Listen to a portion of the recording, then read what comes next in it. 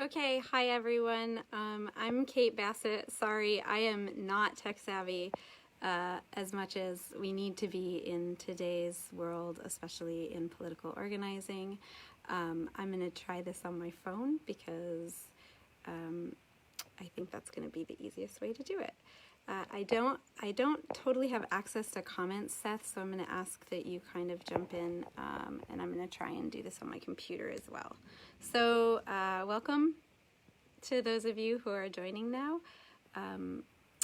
I am a political organizer and a regional field director for the Michigan Democratic Party here in northern Michigan. So looking at the hand, I cover basically the top of the fingers to the Mackinac Bridge.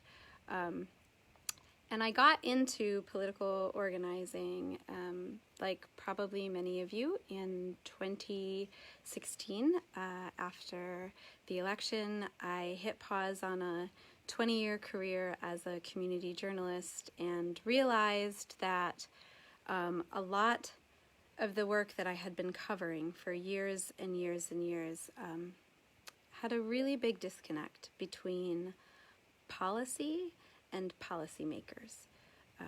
And I think the 2016 election sort of shook me awake to realize that we can and must advocate for the world that we want, but we also have to have elected officials who are willing to dig in and do the hard work with us. And without that, it felt like we were always coming up short. So I jumped ship on journalism and I dove headlong into a world that frankly terrified me for a very long time, which was political activism and political organizing. Clearly, as this is the thing that I live and breathe every single day, I will say that 2020 may be the most important year of our lifetimes to join the political fight and make sure that we are electing the folks that are going to take the great work that guys like Bill, who by the way is just a total legend and a hero, are doing, and translate that into policy that is able to protect our natural resources, protect our most vulnerable populations, and go beyond just reactionary measures and instead envision a future that's better for all of us. So I want to talk to you today a little bit about that work and why it's important. But I also wanted to start, for those of you who are watching live, I'd love to just ask a question, and if you can go ahead and put it in the chat. What's your comfort level right now with getting involved in political organizing? And when I'm talking about political organizing in an election year, I'm specifically talking about, working for candidates that support the vision that you believe is best for your community. And that can be a township trustee, that can be a state house candidate, it can be a county commissioner, it can be the president of the United States, it can be our senator. I would just love to hear how people are feeling about stepping in and talking about candidates in particular. So if anybody just wants to drop in, does it make you nervous? Do you struggle with how to get involved? I'm going to just sit for a second in case anyone would like to jump in on the chat.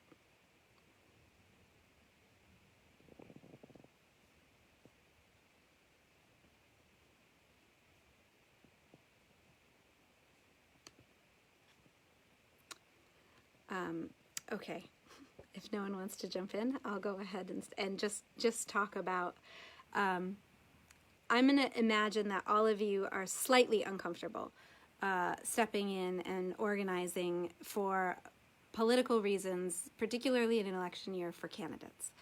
And I think I would ask all of us to take a moment and think about our why.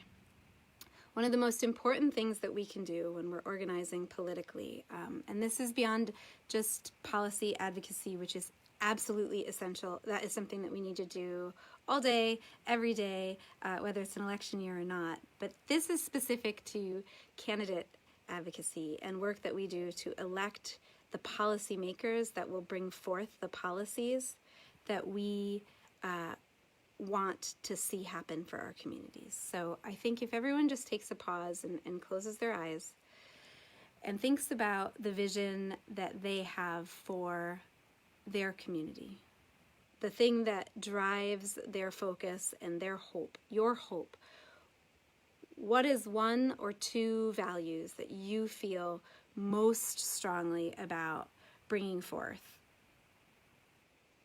locally, at the state level, nationally?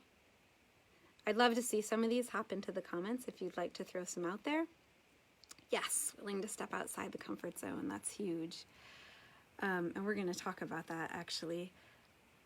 So I want you to take those values that you are carrying with you and then think about who may best represent them that's running right now, or what office, what political office could do the best work and the most work for you to make that change.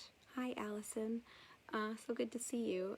So I want you to think about, I'm sitting in Traverse City right now, just steps from the Boardman River, and I think a lot about keeping this beautiful and sacred place safe. So one of the values that I connect with that is making sure that we have, really good septic regulations that ensure that our rivers are not getting damaged as buildup happens. And so when I think about that and drill that value down to something like a septic regulation, I know that I need to focus on maybe a township trustee race or a county commission race or a drain commissioner race. Someone said transparency. That's a great one and a huge one, and often a bigger office and a bigger stage to elevate those leadership values. So maybe you want to think about a state house race.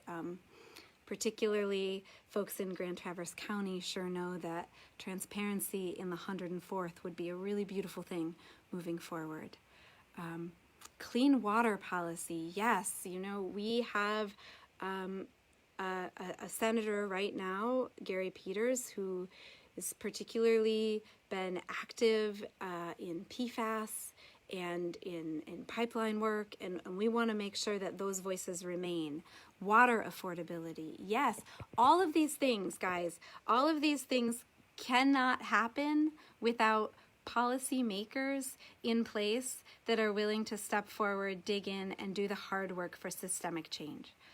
One of the things that I noticed as a community newspaper writer was that again and again and again, I would find people who believed in a particular policy or wanted something for their community, but had total disconnect between that policy or that possibility happening and the people who were in office. I'm just going to do a quick story share here to give you an example. I live in Emmett County. And in Emmett County, we have a medical care facility that's county run. It's one of the top rated in the state. And for a while, there was talk of privatizing this facility. And I listened to so many heartfelt stories at the county commission meeting while I was reporting on it, talking about loved ones and their care and concern about what would happen if profit over people took over. And I live in a small town, so I knew the folks that were talking. And I knew that a lot of the people that were talking had voted for the very commissioners who were thinking about privatizing this healthcare facility for our elders. And it really struck me that we have to have the conversations. We have to start talking about our political candidates as humans that make decisions that impact our lives every day.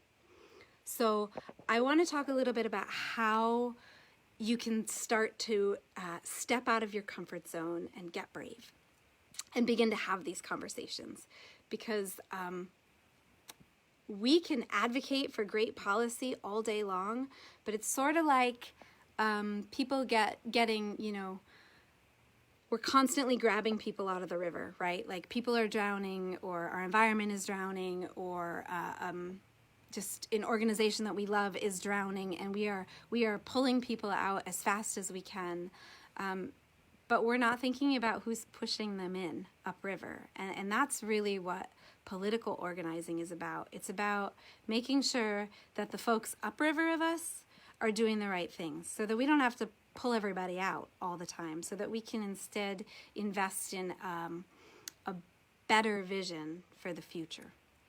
So one of the ways that we do this is called like story sharing, right? And Bill talked a little bit about this. He's an excellent storyteller, which is why his advocacy work is so impactful. And the same is true in political organizing. So it's really, we can break this down in 3 easy sections. So story of self, story of us, and story of now. So the story of self is really your personal story, why you're in this fight, why you do this work, why you're volunteering, what draws you, what fuels you, your vision, your values. And we ground this in authenticity, first and foremost. We ground it in honesty, and we ground it in heart. The next part is story of us. And that's the way that you can transition this story of who you are and why you're in this fight to how this matters to all of us together as a community, or as 2 people in a conversation about politics, or on a broader scale, talking to a massive rally. And the third piece is the story of now. Why this is so essential now. Why the candidate that you're advocating for, the party that you're fighting for, is so critical for today's world. So I'm going to just do a really quick share of my personal story to give you an example. So, my name's Kate Bassett, and I am working to elect Democrats up and down the ballot this cycle. And I'm doing so in large part because I became a mom for the first time when I was 19 years old. And I was the benefactor of state support for health care, for food assistance. And I know both the stigma that went with that and the impact that it had on my life and my son's life as we worked, hard to forge forward, as I was working 2 jobs and trying to go to school and trying to raise a child when I was still felt so much like a child myself. But I also know that there was no access in my community to safe and healthy childcare at affordable rates. And I was really fortunate to live just a mile from my parents. And when things got too hard, I was able to move in with my parents, with my son. And so I could work those 2 jobs, and I could go to school and pay nothing in childcare and know that my kiddo was safe. And I remember being so aware of the privilege I had in that, and so aware of the people who didn't have family members or relatives that were able to take that on for them. And I carried that with me. And as I got older and I moved to Northern Michigan and I took a job as a reporter, I found myself telling stories over and over again of people in the community who were working so hard and still struggling to make ends meet, still struggling to lift their children up. And as my own child started school, I noticed that, by kindergarten or first grade, there were kids that were, you almost felt like their future was written for them. They were struggling and behind and hungry, and I knew how hard their parents were working and doing their very best. And it really sparked in me that, the true health of a community is defined by our most vulnerable. And in so many places, our most vulnerable are always our children. So I realized that we have a responsibility and an obligation to stand up and protect and to do the work to make sure that every child has access and every parent has the opportunity to go to bed knowing that their child can go to work safely, that they can go to work safely and that their child is cared for, that they can go to bed at night knowing that there was enough food on the table. We all have a community obligation to make sure that this is a possibility. And one of the reasons why I'm in the fight this year is because there are candidates up and down the ticket that are passionate about affordable health care, affordable child care, affordable options and free college for people who are trying to lift themselves up from systemic poverty, 0 to 5 plans for children to make sure that every child comes into our public school system, our well-funded public school system, ready to learn, ready to grow, ready to succeed. These are values that define our communities here in Northern Michigan, I know. And they are values that are not always reflected in those that are in political office. And we have the opportunity to shift that narrative. We have the opportunity to put people into office that are forward-thinking, that aren't just reacting to the struggle, but redefining, reimagining what our communities can look like. And that's why I'm in this fight. I'm in this fight to stand up for the moms who are 19 and are struggling with their first baby. I'm in this fight for the families that were in generational poverty, that do everything that they can and work 2 and 3 jobs and are still struggling to make ends meet. I'm in this fight to see a community where we know that every child feels seen and loved and cared for. So that's a little bit of an example of a why I'm in this fight story share, and it's something that all of you can do. It's a really easy thing to sit down and write out, maybe a personal story, and then the values that connect to it, and then how it connects to your community at large. I always like to connect it as locally as possible because I think the vitriol and darkness and hard divide that we see in politics today makes people very uncomfortable to talk at the national stage or even the state stage. But when we're talking about our communities, when we're talking about our communities' natural resources, our communities' kids, our communities' opportunities, we have the opportunity to really re-engage folks in a way that can redefine policy and policymaker. So telling that personal story and practicing it with people who are, I'm going to move, guys, because I've got kids and they're coming downstairs, who are in a place where you want to get involved, but you're nervous.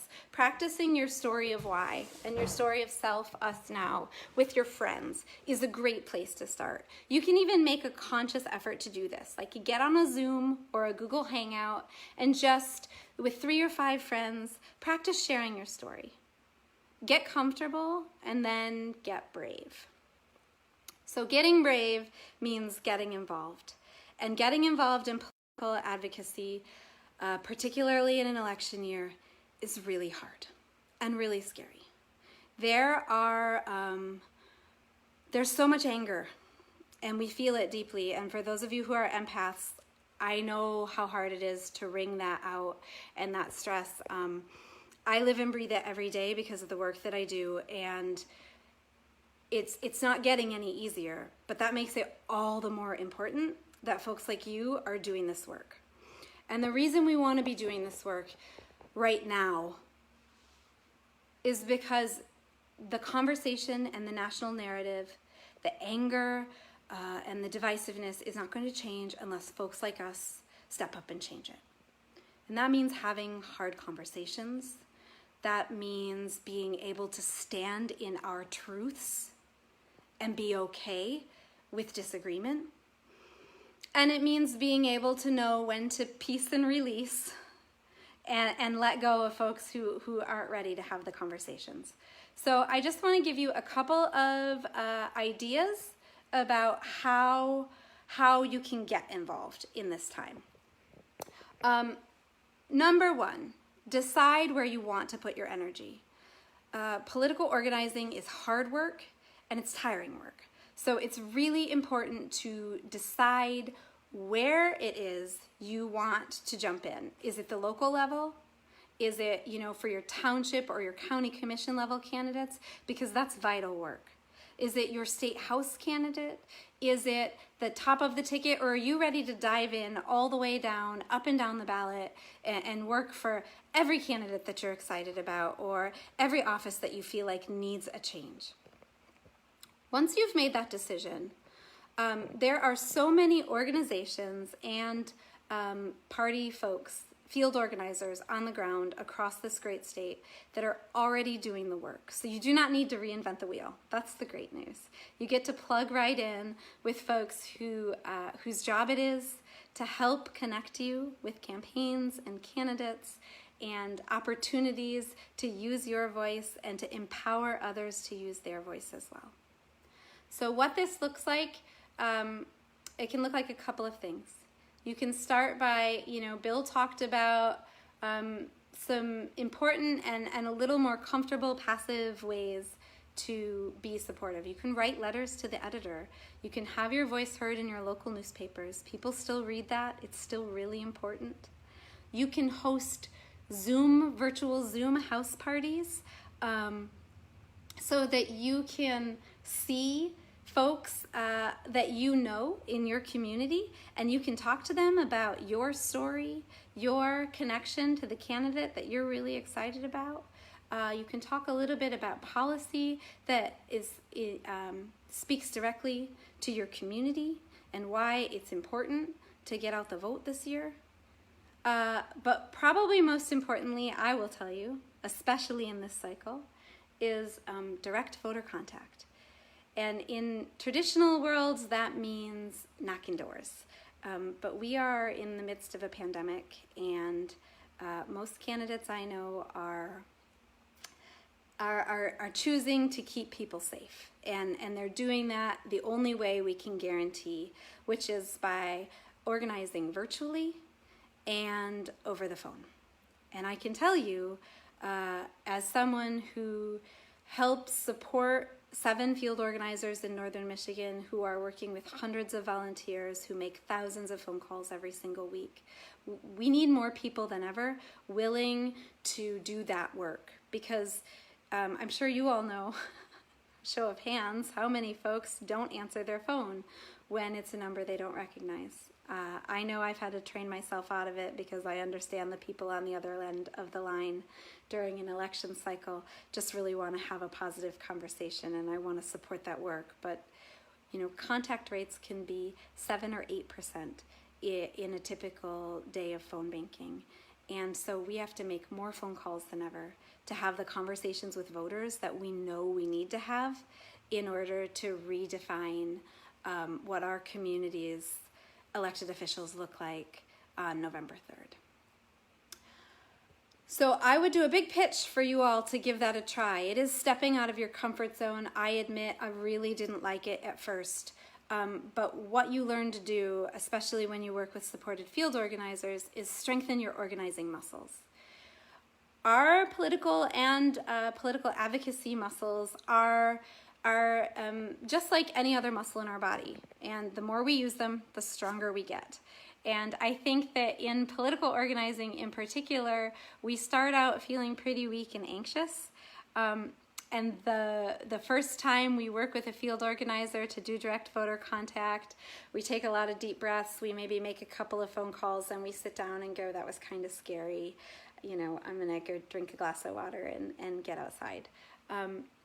The second time it gets a little easier, and soon we see volunteers who are suddenly able to make 50 or 100 phone calls in a day and have great conversations with strangers about their community and how the people that we elect define the way our communities are run on a daily basis. Really bringing it back to local action and local advocacy is the way that we can take all of the vitriol out and just talk person to person about the places that we live in, the places that we work in, the places that we love, and the community members that we care so deeply about. I will tell people again and again to always go back home. Go back to your hearts, go back to your heart centers, because we know that the whole point of having a good government is having policies in place that let communities rise, that let individuals flourish, that celebrates a better future than for our kids than the one we're living in now. And the way that we do that is to elect people who have big vision and big hearts, and then people that we know will hold accountable once they get in office. And that's part two. Holding your already elected officials accountable is vital. And we can do that more easily and more comfortably right now, actually, than ever before, because so many so many local level government offices and state level government offices are holding meetings so that you can watch via Zoom or YouTube, so that you can call in by phone to make public comments. And I would encourage all of you to try doing this, whether it's your local school board or it's your local county commission, it's your city council. Log into a meeting and listen and learn and get a sense and a feeling for how the people that you are electing lead. We often forget, we get really caught up in political party divides, and we forget that the people that we're electing then make the decisions that impact all of our lives on a day-to-day basis. And so grounding yourself in that connection is super helpful as well. Seth, I'm going to jump in here and just say I'm on my phone, so I can't see time. So if you give me a time slot here, that would be great. The one thing I did want to say to not do, I like to talk in possibilities of what to do, but the one thing in political organizing that I will forever suggest not spending too much energy on is getting in arguments on social media. We have seen a dramatic and heartbreaking uptick in the way people talk to each other. And the way people build community through digging in on one side and saying, things that you would never say to face, or just arguing a point that you can't hear because you're reading a comment and all you're thinking about is how you're going to respond and prove your point. So while social media is a really awesome tool for things like this, where we can connect while we're apart. It can be a great tool for learning and for gaining knowledge. It is not the best place for political advocacy, and I would argue that it can, in fact, be really toxic and drain us from the real work that we are meant to be doing. So as much as I've heard so many people, in my work say, well, I get on Facebook and I talk to people about an issue or a candidate, or, I prove to them or I show them all of the ways that their candidate of choice is harmful. I'm going to ask you to push yourselves this election cycle in particular to take that impulse that you have to want to, fight with your great uncle about his candidate choice, or make really definitive statements on your Facebook page about your candidate choice, as if you're almost welcoming the fight. I'm going to ask you to channel that into person-to-person conversation, or picking up the phone and having that conversation with that relative of yours that thinks really differently than you do about politics. And I'm going to ask you to practice active listening. And active listening means, instead of planning your response while someone else is talking, really take the time to hear what they're saying and figure out where they're coming from to the best of your ability in an emotional level, and then have a conversation about where you're coming from at an emotional level. You're not going to change everyone's hearts. You're not going to change everyone's minds. But we do know that having real and meaningful conversation where you listen and you learn allows you to at least plant a seed of possibility. In 2018, I have a great story about a volunteer who was a really, truly wonderful active listener and always, always, always approached every conversation assuming best intentions. And that meant that even if she was knocking on a door with, 8 yard signs for the opposite side, she knocked on that door with best intentions, assuming that the person who put those yard signs in their yard did so because they believed that those folks were the best for their community. Now, we all know that that's not necessarily the case, but if we step into a space and try to hope and hold that everyone is coming from good hearts deep inside, we have the opportunity to make real change. So I have this great volunteer named Carol, and I'm still 2 years later meeting people who said, I've never voted for your political party before, but I voted for your candidate because this little older lady came knocking at my door and ended up having a 15-minute conversation where I really felt like she heard me, and I also felt like she had great responses for why she was stepping out of her comfort zone to step out and talk about this candidate that she was so excited about. And I think that's a really important lesson for all of us, whether, we can't be on the doors this cycle, but we can do political advocacy within our own circles of influence, our own spheres, our own families and friends, co-workers, community members that we have real and meaningful conversation with. And then for those of you that are ready to step up your organizing game and get involved with field organizers, either with progressive organizations doing really good work, or a local political party, or a statewide field campaign,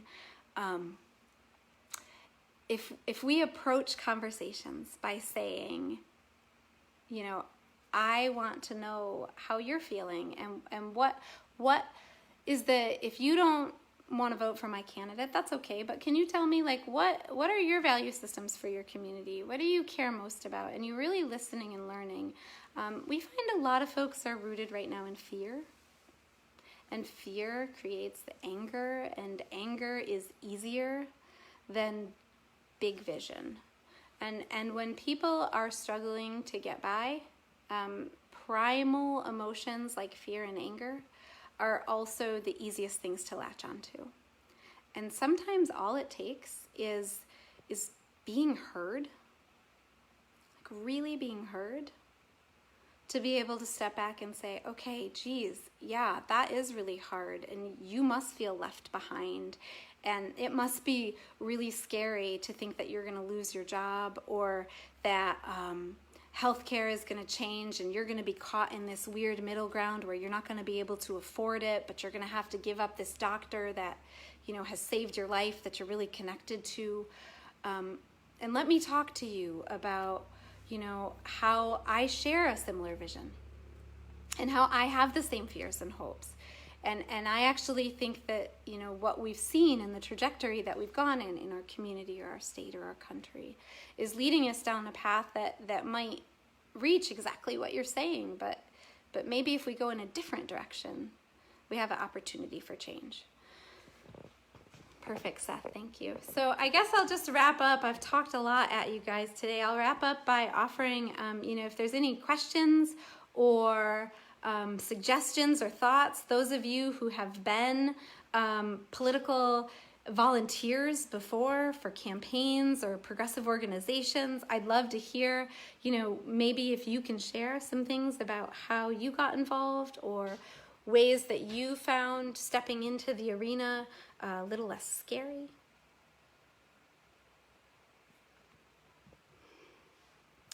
I will also just say that 2020 is a really critical year. And it's a really critical year for us to all step outside of our comfort zones and to stretch ourselves and to realize that all of our life is political, so there is no avoiding the conversation. There's no avoiding the fact that politics defines our now and our future and our past. And I think that the pandemic, I think that the heartbreaking things that we've seen, like George Floyd, I think that the struggles that we're seeing as public schools grapple with what to do in the fall, I think that, you know, what we see with healthcare and how we see how this pandemic is impacting communities of color and communities of poverty in different ways, it has pushed to the surface that we no longer have the choice to sit back and hope for the best. We have to do the work. And Bill, you're so right. Knocking on doors or even picking up the phone in the comfort of your own home to talk about a candidate for the first time is really, really scary. Great field organizers and organizations will walk you through it step by step. They will stay on a Zoom call or a Google Hangout with you while you're making calls from your home so that you can feel comfortable and supported. I promise that work is out there. I know my field organizers are doing that every single day with people. And the more we get comfortable, the more work we do. And the more work we do, the more community we build. And that's the other piece that I'll just leave you with. As scary and hard as political organizing can be, it can also be incredibly empowering and moving and life-changing because you're building community, especially in places where you feel like you're a little bit alone in your political views. You're building community with others that are neighbors or live in the next town over who want to fight the same fight and who will fuel your work and you will fuel their work. And all of a sudden, friendships are being built and new opportunities are being forged and new organizations are being born and new ideas and progressive policies are being pushed at all levels. And it's really exciting to see that change and that hope. And so that's just what I would say to you at the end here is that, you know, it's not only essential this time around to do the work and to make sure that we are bringing people into office who are going to do right by our environment, by our most vulnerable populations, by our children, by our elders. But also, we have the opportunity to redefine what political activism looks like, that we can come to it from a place of love and a place of joy and a place of hope. And we can start to reimagine a positive vision for the future instead of feeling like we are always trying to play catch up for policies that are damaging or degrading or heartbreaking. So I want to thank you all for joining me today. I would encourage you to look up your local candidates, look up your state candidates. You can always go to Michigan Dems and find in your community opportunities to get involved if you lean that way. And just know that we are here and we are doing the work. I have never seen in Northern Michigan a more powerful volunteer grassroots force than I'm seeing in 2020, and it gives me hope for now and for our future. So join us and get excited and get involved and know that instead of waking up and reading the news and feeling despair, you're going to go to bed feeling hopeful. I promise. Okay, all. Thank you for joining. Seth, thank you so much for having me. Bill, thank you for kicking us off with incredible and detailed advice on how to best get your message out there. Keep fighting, you guys. Keep doing the work. Every single day that you wake up and you do one thing to make a difference in your community, it matters and it makes a difference. So I'm so grateful to be in these fights with all of you. Thanks.